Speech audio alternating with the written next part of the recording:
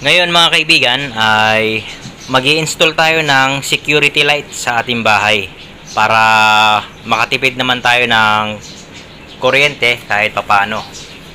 Yan, ito mga kaibigan ay nilalagay ito sa labas ng bahay, sa gilid ng bahay nyo, sa likod ng bahay nyo, sa beranda o di kaya sa garahe.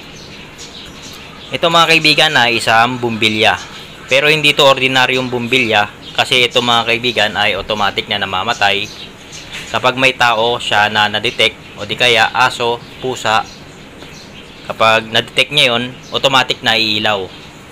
At automatic din na mamamatay kapag wala ng tao na na-detect o di kaya pusa, aso. Ganon mga kaibigan. Ito nga pala mga kaibigan, sa gabi lang to gumagana. Hindi to umiilaw sa umaga kapag maliwanag. Kapag lang madilim ito gumagana. Yan, kaya kapag umaga na, automatic na hindi na siya gagana kahit naka-switch yung switch ng ilaw nyo sa bahay nyo. Kapag umaga, hindi siya magbubukas. Kaya napakatipid nito sa kuryente. Yan, bali buksan natin. Ito mga kaibigan, napakadali lang to na ilagay, hindi ka mahihirapan kasi para ka lang magpapalit ng bumbilya sa bahay nyo. Yan o. Ilalagay mo lang siya doon sa receptacle. Doon sa, depende kung saan nyo siya ilalagay. Sa likod ng bahay nyo, sa beranda, ilalagay nyo lang siya doon sa receptacle. At i-switch nyo yung switch ng ilaw nito. At gagana siya sa gabi. Maganda to mga kaibigan na may ganito yung labas ng bahay nyo. Para kung sakali man na may magtangkang pumasok sa bakuran nyo, yan, iilaw to, madedetect nito. At yung magtatangka na pumasok, hindi niya na itutuloy na pasukin yung bahay nyo kasi magugulat siya kasi mayroon ng ilaw. Yan, mag-automatic na iilaw siya. Yan, para na rin sa kaligtasan nyo mga kaibigan. Bali ganito lang yan mga kaibigan, ilalagay nyo lang siya doon sa receptacle para lang kayo magpapalit ng bumbilya. Yan o, kukonect nyo lang siya dito.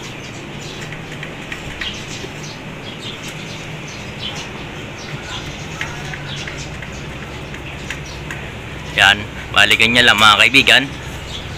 At saka may switch. Yan, kahit naka-open yung switch, hindi siya iilaw kasi maliwanag pa yung paligid. Yan, hindi siya umiilaw. Saka lang iilaw yan sa gabi.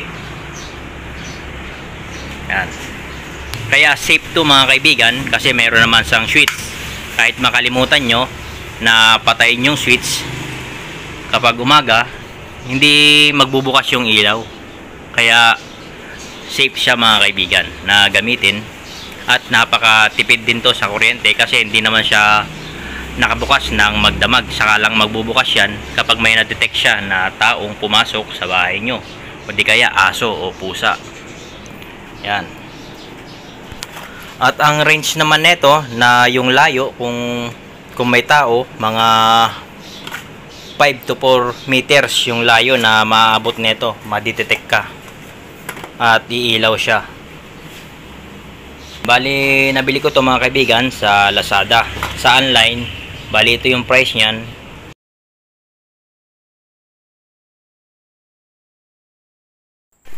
Ngayon mga kaibigan, subukan natin kung gumagana. I-switch natin yung ilaw. Yun, umilaw siya mga kaibigan. Ayan yung sensor light natin. Yan, naka-switch na yan. Yan, bali hintayin muna natin na mamatay yung ilaw. Saka tayo lalapit kung iilaw ba siya kapag ma-detect tayo na lumapit. Yan, bali hintay lang natin na mag-automatic na mamatay. Yung bali yun mga kaibigan, namatay na yung ilaw. Ngayon, lalapit tayo. Yun mga kaibigan, umilaw siya. Nag-automatic na umilaw kasi na-detect niya tayo. Ngayon mga kaibigan, subukan naman natin dito sa gilid ng bahay. Yan, lumapit tayo. Yun, nag-automatic na umilaw mga kaibigan. Yan, yung layo natin, mga nasa 5 or 4 meters siguro yung layo natin. Na-detect niya tayo ng sensor na itong ilaw na to. Yan, bali ayos na ayos sa mga kaibigan. Bali, yun nga mga kaibigan, gumagana ng maayos itong sensor light natin. Yan, ngayon ulitin natin, maghintay lang tayo na mamatay ulit itong ilaw, saka ulitin natin na lumapit.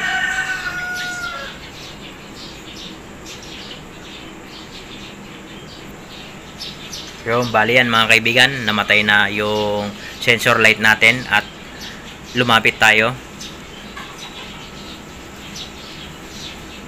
Yun mga kaibigan, umilaw. Ibig sabihin yan talaga mga kaibigan ay okay na okay itong nabili natin na sensor light sa Lazada. Bali yun nga mga kaibigan, bali hanggang dito na lang at maraming salamat sa inyong panonood.